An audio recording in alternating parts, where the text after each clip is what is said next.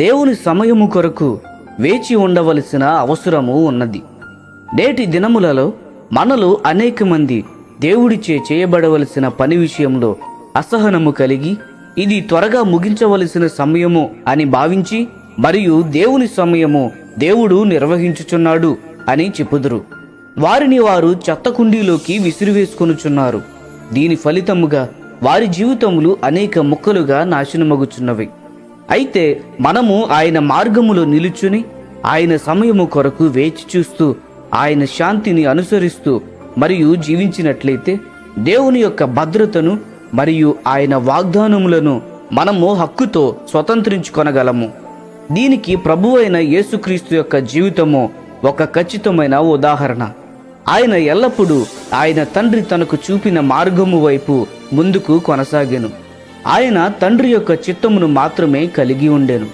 తన తండ్రి సమయములో తప్ప మనుషులచే లేక సాతాను యొక్క ఎటువంటి శోధనతో కూడా ఆయన ఎన్నడూ కలిసి లేడు. ఎవరైతే తనను తొందర పెట్టెనో వారితో నా సమయము ఇంకా రాలేదు అని యేసు చెప్పెను. యోహాను సువార్త 7వ అధ్యాయము 6వ వచనము గమనించండి.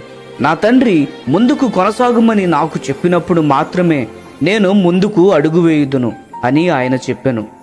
రాజు అయిన సౌలు దేవుని సమయము కొరకు వేచి ఉండకుండా తన సొంత మార్గములో దేవుని పని చేయుటకు త్వరపడుట వలన తన రాజ్యమును కోల్పోయెను. 1 సమూయేలు 13వ అధ్యాయము 8-14 వచనములు గమనించండి. అదే విధముగా అనేక మంది విశ్వాసులు త్వరగా స్పందించి దేవుని యొక్క మేలైన వాటిని కోల్పోవుచున్నారు. ఉదాహరణకు అనేక మంది విశ్వాసులు వివాహము అనే విషయంలో దేవుని యొక్క చిత్తము కొరకు వేచి ఉండకుండా ఎంతో తొందరపడుచున్నారు. వారు అప్పుడు తొందరపడి మరియు ఇప్పుడు ఇంట్లో కూర్చొని దానిని బట్టి విచారపడుచున్నారు. కాబట్టి దేవుని సమయము కొరకు వేచి ఉండుటను అభ్యాసము చేయవలెను. అప్పుడు భవిష్యత్తులో మన జీవితంలో దేనిని బట్టి కూడా మనము విచారించము.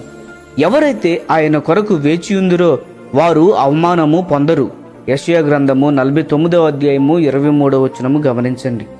ప్రభువా, మీ కొరకు మరియు మీ సమయము కొరకు వేచి ఉండు విశ్వాసము మాకు దయచేయండి అని మనము ప్రార్థించవలెను. ప్రియ స్నేహితులారా, ఈ సందేశములు మీకు ఆశీర్వాదకరముగా ఉన్నట్లయితే లైక్ చేయండి, సబ్స్క్రైబ్ చేయండి, అనేకులకు షేర్ చేయండి. మీ విలువైన అభిప్రాయములను కామెంట్ రూపంలో మాతో పంచుకోనండి.